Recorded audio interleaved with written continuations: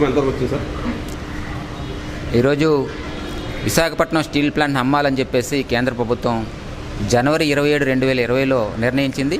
ఈ నిర్ణయానికి వ్యతిరేకంగా సుమారు 670 రోజులుగా మొత్తం స్టీల్ ప్లాంట్లో నుంచి అఖిలపక్ష కార్మిక సంఘాలు అన్నీ కూడా ఏకమే, నిర్వాసిత సంఘాలు, అధికారుల సంఘం, అక్కడ ఉన్నటువంటి అసోసియేషన్లు అన్నీ కూడా ఏకమై ఒక పెద్ద ఎత్తున పోరాటం అనేది నిర్వహించడం జరుగుతూ ఉంది. మొత్తం రాష్ట్ర వ్యాప్తంగా ఉన్నటువంటి రాజకీయ పార్టీలన్నింటినీ కూడా ఒక వేదిక మీద తీసుకొచ్చి ఈ పోరాటాన్ని మేము సాగిస్తూ ఉన్నాం.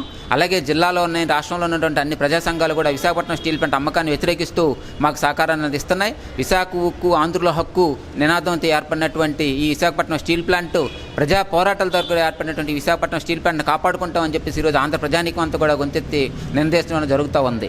కేవలం విశాఖపట్నం స్టీల్ ప్లాంటు 4,889 కోట్ల రూపాయల పెట్టుబడితో నిర్మించినటువంటి విశాఖపట్నం స్టీల్ ప్లాంట్ని ఈరోజు సుమారు 3 లక్షల కోట్ల విలువైనటువంటి ఆస్తిగా తీసుకురావడం జరిగింది. అలాగే విశాఖపట్నం స్టీల్ ప్లాంట్ కేంద్ర ప్రభుత్వానికి సుమారు 50,000 కోట్ల రూపాయలు వివిధ పన్నుల రూపేణా, డివిడెంట్ల రూపేణా ఇవ్వడం అన్నది జరిగింది.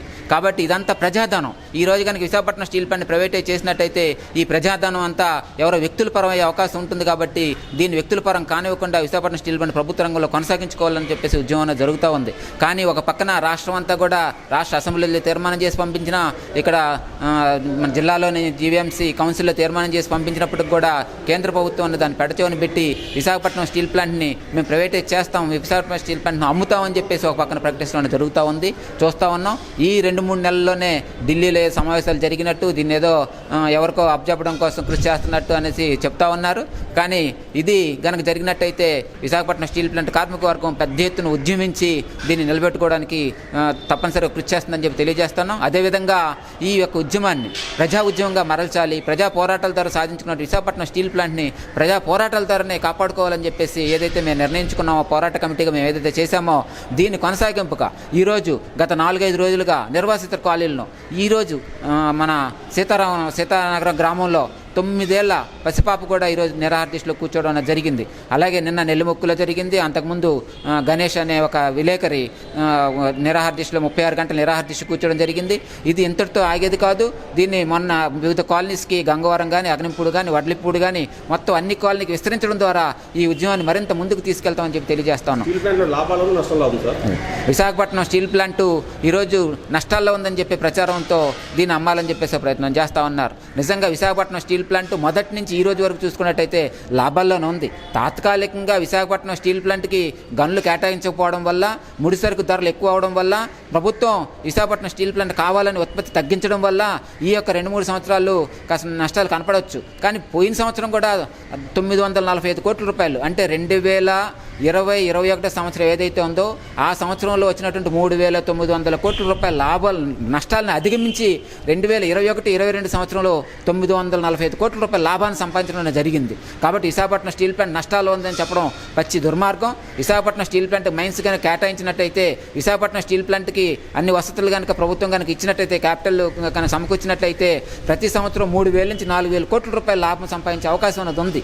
ఎందుకంటే ఇది అత్యధిక టెక్నాలజీతో నిర్మించిన విశాఖపట్నం స్టీల్ ప్లాంట్ భారతదేశంలో ఉన్నటువంటి స్టీల్ ప్లాంట్ అన్నింటిలో కూడా ఇప్పుడు సెయిల్లో చూసుకున్నట్టయితే ఒక కార్మికుడు సంవత్సరానికి 460 టన్నులు ఉత్పత్తి చేస్తున్నట్టయితే విశాఖపట్నం స్టీల్ ప్లాంట్లో అదే కార్మికుడు 540 టన్నులు ఉత్పత్తి చేయడం జరుగుతూ ఉంది. మరి అక్కడ ఉన్న కార్మిక వర్గం కంటే అత్యధిక ఉత్పత్తి చేస్తున్నప్పుడు నష్టాలు ఎందుకు వస్తాయి చెప్పండి?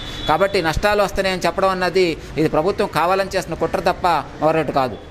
ఎంతమంది కార్మికులు రోడ్డు పడిపోతారండి విశాఖపట్నం స్టీల్ ప్లాంట్లో ఈరోజు ప్రత్యక్షంగా 10,050 మంది కార్మికులు పనిచేస్తూ ఉన్నారు. వీళ్ళు కాకుండా 5,000 మంది అధికారులు పనిచేస్తున్నారు. వీళ్ళు కాకుండా సుమారు 16,000 మంది కాంట్రాక్ట్ కార్మికులు పనిచేస్తూ ఉన్నారు. దీంతోపాటు ఆటోనగర్ కానివ్వండి, పరవాడ కానివ్వండి, అగనపొడి, ఇది పెద్దగంట దగ్గర ఉన్న ఆటోనగర్ కానివ్వండి, స్మాల్ స్కేల్ ఇండస్ట్రీస్, ఈ ఇండస్ట్రీస్లో సుమారు 1,00,000 మంది కార్మికులు పైగా పనిచేస్తూ ఉన్న జరుగుతూ ఉంది. అలాగే విశాఖపట్నం స్టీల్ ప్లాంట్ టౌన్షిప్లో ఉన్నటువంటి స్కూల్స్ కానివ్వండి, విశాఖపట్నం స్టీల్ ప్లాంట్ అనుకున్నటువంటి కాలేజెస్ కానివ్వండి, విశాఖపట్నం స్టీల్ ప్లాంట్ కార్మికులకి సేవలు అందించడం కోసం వస్తున్నటువంటి ఎంప్లాయీస్ అనేవి కానివ్వండి, వీళ్ళందరూ చూసుకున్నప్పుడు సుమారు 1 నుంచి 2 లక్షల మంది కార్మికులు విశాఖపట్నం స్టీల్ ప్లాంట్ మీద పనిచేస్తూ ఉన్నారు. ఈ కుటుంబాలు కనుక పోల్చుకున్నట్టయితే సుమారు 5 లక్షల మంది కార్మికులు ఈరోజు 5 లక్షల మంది ప్రజలు ఇబ్బంది పడే పరిస్థితి అనేది ఉంది. అదేవిధంగా విశాఖపట్నం స్టీల్ ప్లాంట్ ప్రభుత్వ రంగంలో ఉండడం బట్టే విశాఖపట్నం స్టీల్ ప్లాంట్ అభివృద్ధి జరగబట్టే గాజువాక పరిసర ప్రాంతాలను అభివృద్ధి చెందినాయి. గాజువాకలో ఉన్నటువంటి షాపింగ్ మాల్స్ కానివ్వండి, గాజువాకలో ఉన్నటువంటి రకరకాల ఇవన్నీ కూడా విశాఖపట్నం స్టీల్ ప్లాంట్ని బట్టి ఆధారపడి విశాఖపట్నం స్టీల్ ప్లాంట్ బట్టి అభివృద్ధి చెందిన పరిస్థితి ఉంది. ఈరోజు విశాఖపట్నం స్టీల్ ప్లాంట్ కనుక లేకపోయినట్టయితే ఇవన్నీ కూడా దెబ్బతీని అనేక మంది ప్రజలన్న వాళ్ళకి రోడ్డున పడే పరిస్థితి ఉంది. రేపు రాబోయే ఎలక్షన్లో ఎటువంటి బుద్ధి చెప్తారు మీరు న్యాయం జరగకపోతే? విశాఖపట్నం స్టీల్ ప్లాంట్ని 1999-2000 సంవత్సరంలో BFR పంపించి దీన్ని మూసేయాలని చెప్పి ప్రయత్నం జరిగింది. ఆ సందర్భంలో విశాఖపట్నంలో ఉన్నటువంటి కార్మిక వర్గం, విశాఖపట్నంలోని ప్రజానీకం పెద్ద ఎత్తున ఉద్యమించి ఆ రోజున ఉన్నటువంటి తెలుగుదేశం ప్రభుత్వానికి ఏ విధంగా ఇది బుద్ధి చెప్పారో, ఈ ప్రభుత్వం కనుక అదే పరిస్థితిలో కనుక కొనసాగినట్టయితే తిరిగి రేపు రాబోయే ఎలక్షన్స్లో అదేవిధంగా ఈ యొక్క మొత్తం ఉత్తరాంధ్రే కాదు మొత్తం ఆంధ్రప్రదేశ్ రాష్ట్రం అంతా కూడా విస్తరించినటువంటి విశాఖపట్నం కార్మిక వర్గం వాళ్ళ యొక్క గ్రామాలకు వెళ్ళి ప్రచారం చేసేసి తగిన బుద్ధి చెప్తారని చెప్పి తెలియజేస్తా ఉన్నాం. ఎలక్షన్లో బీజేపీ ఫుల్ సపోర్ట్ చేశారు.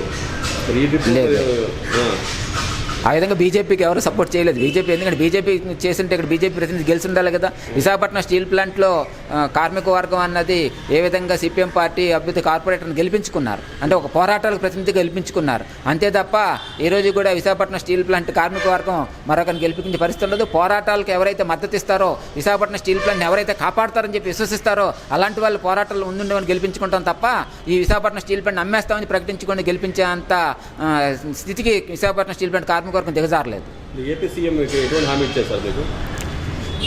వైఎస్ జగన్మోహన్ రెడ్డి గారు విశాఖపట్నం స్టీల్ ప్లాంట్ పోరాట కమిటీతో సమావేశం జరిగినప్పుడు ఆయన చాలా క్లియర్గా చెప్పింది ఏంటంటే విశాఖపట్నం స్టీల్ ప్లాంట్ను ప్రభుత్వ రంగంలో కొనసాగించేందుకు మా ప్రయత్నం మేము చేస్తాము, కానీ మీరు ఎటువంటి ఆందోళన అంటే ఉత్పత్తికి ఆటంకం కలగకుండా మీ యొక్క ఆందోళన మీరు కృషి చేయండి, మేము మీ వెనకాల ఉన్నామని చెప్పి హామీ ఇచ్చారు. కానీ ఆ హామీ అన్నది ఈ రోజున చూస్తూ ఉంటే ప్రతిఫలం అనేది కనిపించిన పరిస్థితి అన్నది లేదు. మనం చూస్తూ ఉన్నాం ఈరోజు రకరకాల పుకార్లు షికార్లు అన్నవి చేస్తూ ఉన్నాయి. విశాఖపట్నం స్టీల్ ప్లాంట్ ప్రైవేటీకరణకి కేంద్ర ప్రభుత్వం చాలా వేగంగా ముందుకెళ్తుందంటే ఒక అఖిలపక్షాన్ని వేసి అఖిలపక్షాన్ని తీసుకెళ్లి కేంద్ర ప్రభుత్వంతో మాట్లాడి విశాఖపట్నం స్టీల్ ప్లాంట్ అమ్మకానికి వ్యతిరేకంగా గట్టిగా నిలబడాలని చెప్పేసి నిలదీయాలని చెప్పేసి విశాఖపట్నం స్టీల్ ప్లాంట్ కార్మికులందరూ కోరుకుంటున్నారు. కానీ ఆ కోరిక అనేది ఈరోజు నెరవేరాల. మేము ఆపేస్తాం అని చెప్తున్నారు, కానీ అది ప్రత్యక్ష కార్యాచరణలోకి వచ్చేసరికి కార్మిక వర్గాన్ని కనిపించడం లేదు. కాబట్టి ఈరోజు రాష్ట్ర ప్రభుత్వాన్ని కూడా విశాఖపట్నం స్టీల్ ప్లాంట్ కార్మిక వర్గం ఏంటంటే పదే కోరుకునేది ఏంటంటే మీరు ఒక అఖిలపక్షాన్ని వేయండి, రాష్ట్రంలో ఉన్న ప్రతిపక్షాలు అన్నీ కూడా మద్దతు ఇస్తాయని చెప్తున్నాయి. విశాఖపట్నం స్టీల్ ప్లాంట్ కార్మిక వర్గం ఆ రోజు జరిగిన బహిరంగ సభలో